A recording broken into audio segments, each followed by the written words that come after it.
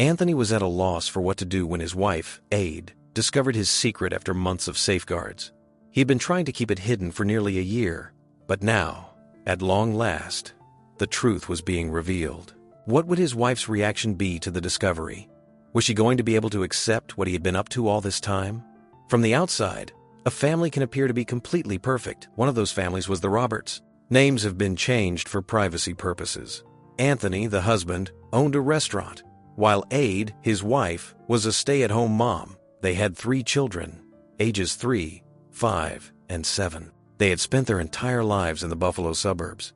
They were well-known and well-liked by all their neighbors. There was, however, something they didn't realize about them. It's common for families to keep their secrets hidden in the closet. Skeletons in the family's closet sometimes remain hidden from the rest of the family, including those who were closest to them. In the Roberts family, Anthony was the one who kept secrets. However, it would only be revealed after quite some time. It was a process that unfolded over time. It all began when Anthony's restaurant was forced to close momentarily due to pandemic regulations.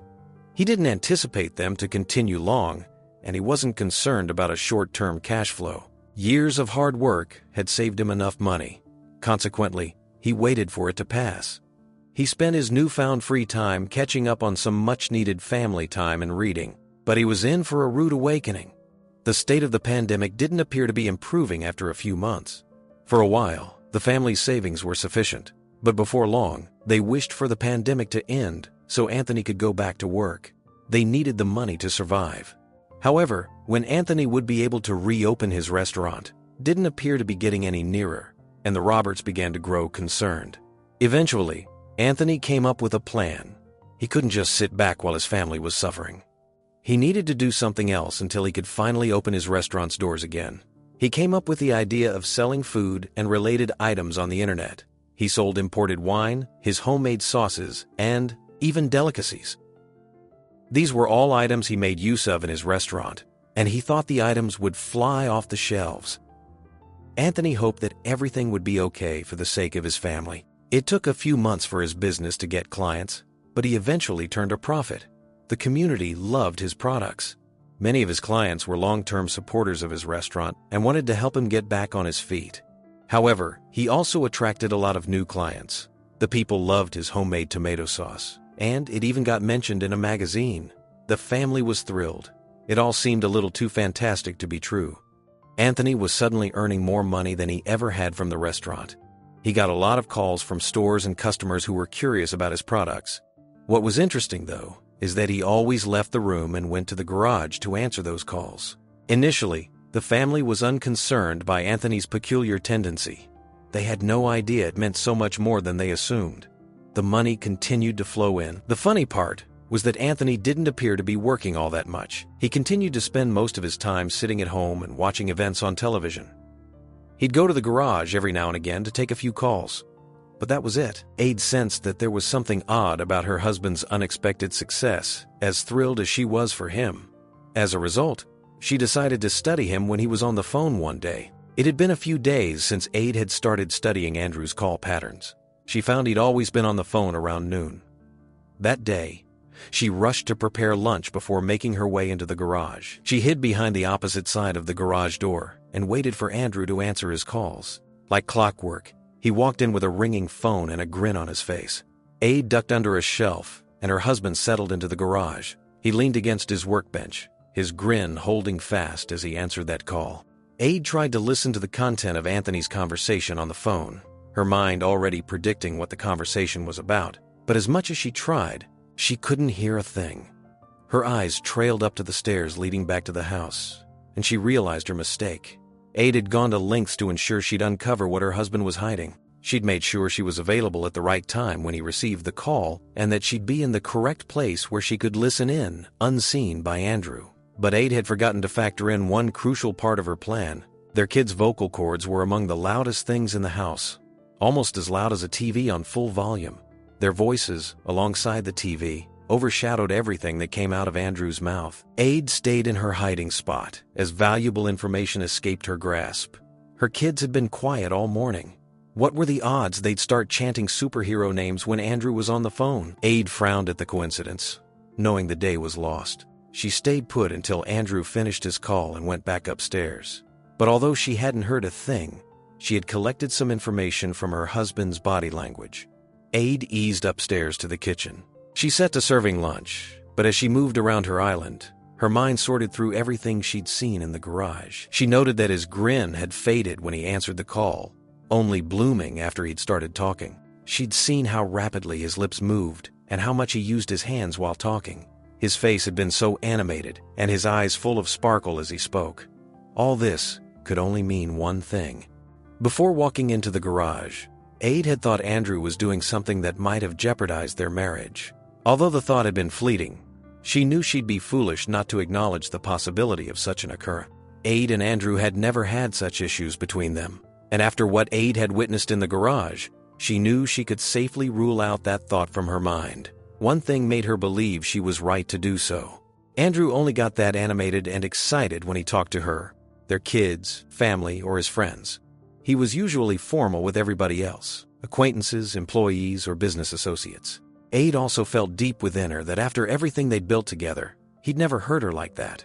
Seeing that neither she nor the kids were in the garage as he talked on the phone, this could mean only one thing. The only conclusion that Aid could come up with was that Andrew talked to one of his friends. She hated that her findings didn't reveal much, but was revealed that he wasn't doing anything to ruin their marriage. Only she knew. Forced to wait for the next day, where she hoped Andrew would answer another call, Aid called the kids to lunch. She also served and ate with Andrew. But as they were eating, he asked her something that made her heart stop. "That e-book reader that you're always talking about, honey," Andrew began. "How much did you say it cost again?" Aid cocked her head back, remembering how excited she'd been when her favorite brand e-books released a new entry in their latest models. The question hurled her mind back to the crazy profits Andrew was breaking in, and she immediately thought about the garage calls again.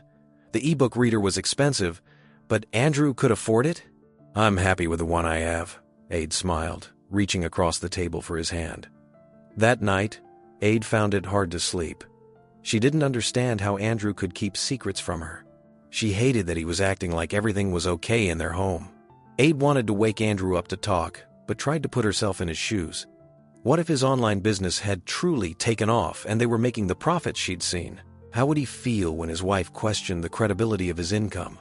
She hissed out a hot breath, knowing that the only way to solve this issue would be to return to the garage at noon the next day. Aid finished the next day's chores and work calls by midday. She also gave the kids a pass to play on her computer in her room, given they'd closed the bedroom door while inside. Seeing the hour hand inch toward noon, she calmly slipped into the garage. As expected, Andrew walked into the garage and picked up his ringing phone.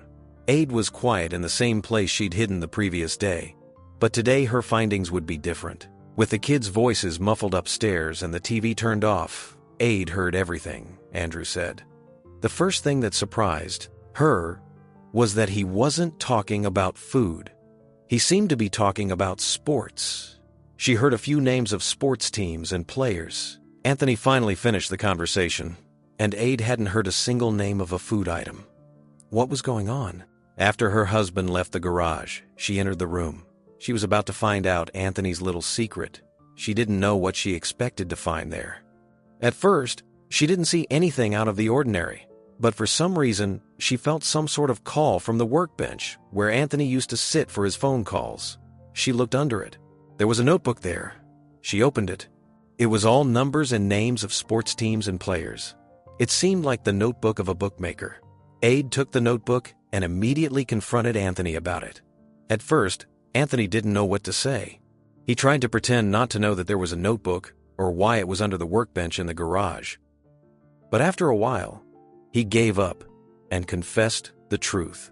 He hadn't just been selling food items and tomato sauce. He'd also been working as a bookie. The closure of his restaurant and the family's difficult financial situation had pushed Anthony to take up a new occupation. He'd found a way to profit from his love of sports. He'd been setting up bets for months, and he'd made a lot of money with it. More than half the family's income during the past few months didn't come from selling food. They came from illegal gambling. When she finally knew the truth, Aid was conflicted. On one part, what her husband had been doing was illegal, which could have brought him some big problems. But at the time, the family really needed the money. If it wasn't for Anthony's bookmaking activities, God knows what would have happened to her and the children. She spent the afternoon quiet on the couch, wondering what she'd do next. As Aid wondered what her next move would be, she thought about everything she had. Her family was healthy and safely bouncing through the pandemic. As much as she hated to admit it, it was all because of Andrew's not-so-legal business venture. The only thing that she disliked more than the bookmaking was that Andrew kept all of it from her. Weren't they supposed to shoulder everything as partners? To her, that was Andrew's biggest mistake. Andrew came to try and talk to Aid, but all she gave him was a blank stare. She'd calmed down a bit from when she found the notebook, but she still needed some time to think before deciding on their fate. An hour later, Aid called Andrew and told him what was on her mind. She reminded him that they were supposed to be a team, and that although she disapproved of what he was doing, she'd have him hurt him out. She also informed him that she'd decided about them and his illegal business. Aid listened to Andrew's part in their discussion before making her decision known. Andrew apologized for everything, telling her he'd felt useless after their savings went low and all the house's financial responsibilities fell on Aid's shoulders. Although he appreciated how hard she worked, he hated seeing her bear all that burden and wanted to help. When selling foodstuffs online didn't work out as much as he'd hoped, he had to find another way to support his family. Would she hear him out? Aid told Andrew the idea of separating or divorce never crossed her mind. What they had was strong despite what he'd done, but she wouldn't risk their family because of what he was doing in the garage. She thanked him for wanting to help and assured him that there were other ways to bring money into the family. As she ended their discussion, she presented Anthony with her decision. Aid demanded that Anthony give up on the bookmaking before it was too late and the police got involved. He'd made enough money with it and the Roberts wouldn't have any financial worries for some time. Anthony invested most of those earnings into his restaurant and his delicacies business, and after a while he could open his restaurant again and never needed to do anything else in his life.